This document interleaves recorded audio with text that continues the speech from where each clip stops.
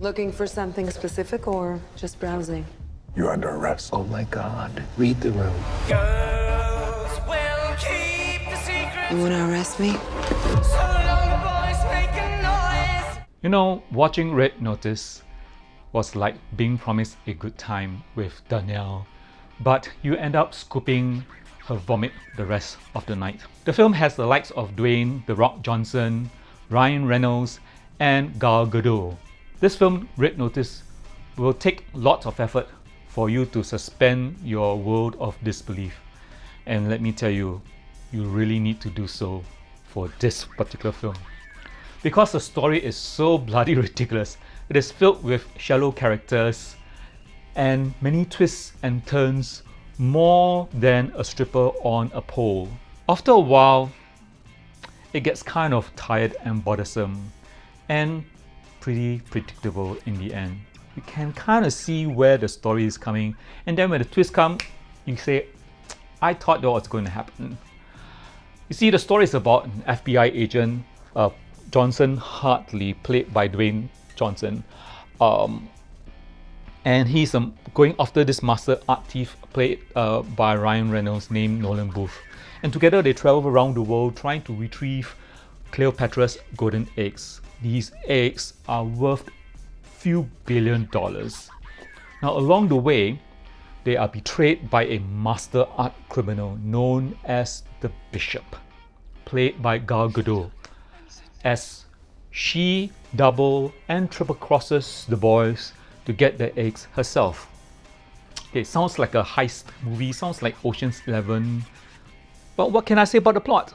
You know, it literally steals from other movies that were made better, like National Treasure, the Indiana Jones trilogy, True Lies, Dirty Rotten Scoundrels, just to name a few. It was stolen. Huh. The irony, isn't it? Well, let's talk about the film. First, the good, okay? There are some general good few moments in the film. The humor was quite nice. Ever since you stole William Strang's Lady with the Red Hat from the Tate back in 2014. You can't prove that was me.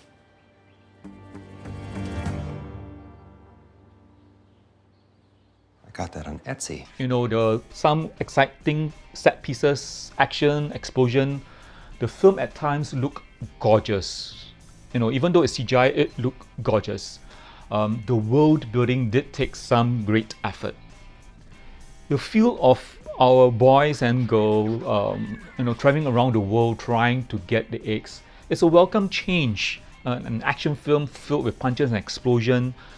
You know, it helps me to forget about the pandemic that you're trapped at home. You feel like you want to follow them to London, to Egypt, to Russia, you know, just to be with them in this world globe-trotting kind of detective film. It's nice. You feel like you want to pack up your bags and head off. Now the bad. The visual effects. Some of the CGI is pretty bad. I mean, you can clearly see the rotoscoping at some of the scenes and around the actors sometimes when they're walking in. It's pretty embarrassing for a $200 million movie. There is a sequence that is set place in a tunnel while they were trying to escape from some FBI agents. It's clearly lifted from Indiana Jones series. And the artificial lighting that comes through, the glare, trying to be, Star Trek and things like that. It's embarrassing. The explosion itself, it was pretty obvious that the bad CGI kind of drew itself a very unwanted attention. The next bad thing I want to talk about is the creation of the characters. They are absolutely freaking boring. They are just cardboard cutout of character tropes. You know, a thief, an FBI agent, a master criminal. They all have been done before and better at other movies. Now, for this particular film, you want me to believe that The Rock, Dwayne Johnson, is an art specialist FBI agent that can detect art thievery. Are you serious? I mean, come on, give me a break.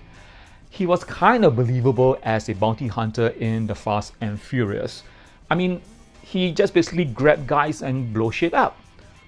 But in this film, as someone who has an art education, an intellectual educated agent that can sense a fake art object, And also Ryan Reynolds. I mean, he's just being himself. At best, he was a PG-13 Deadpool in this movie. So the acting for him wasn't quite a stretch. As I mentioned before, The Rock and Ryan Reynolds have some very good banter. Two of them are feeding off each other. Some of the moments are really, really funny.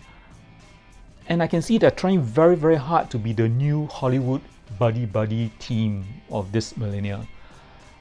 But after a while, it gets kind of predictable and really annoying.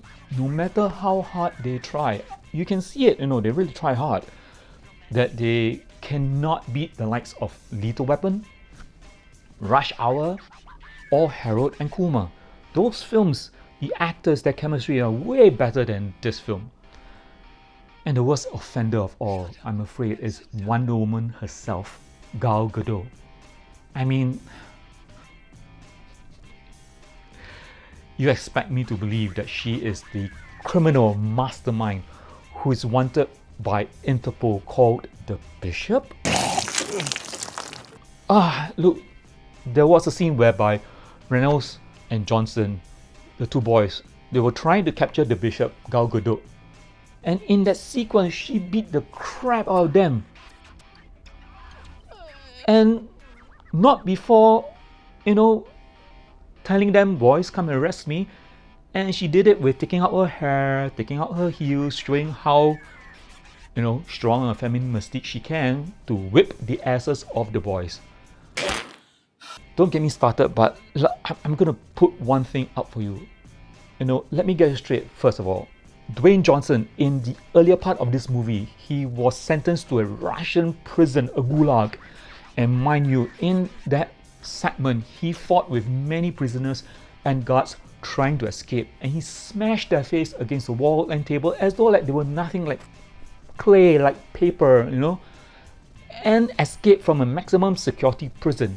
But in that segment with Gal Gadot, he and Ryan's just can't even overcome a girl, let alone wearing a sexy red dress, and they cannot even beat her? This makes no sense, literally. In conclusion, this story just don't care to explain what happens if they don't really get the 3 eggs. What is it actually? And who cares? The world isn't on the verge of collapse or a nuclear holocaust if they don't get the eggs. No governments are being harmed or overturned. No one's life is in danger. It's just a senseless MacGuffin. There are no stakes for the characters, and there is no stake for the audience for me to care. I mean, for example, if you've seen Back to the Future, if Marty McFly could not start the DeLorean with the lightning strike, he would not go back to 1985. And his life will be ruined. The audience will tense. We are invested. We care. But in this film, nah, I don't care. Sometimes I wonder how Netflix greenlight these big budget films only to have them remembered as TV quality standard at best. So therefore, I'm giving Red Notice a B-. So that's all from me. I hope you enjoyed this video. Now click like and subscribe to this channel and turn on the notification button for future videos. Come back anytime to the screening room. The room is always open.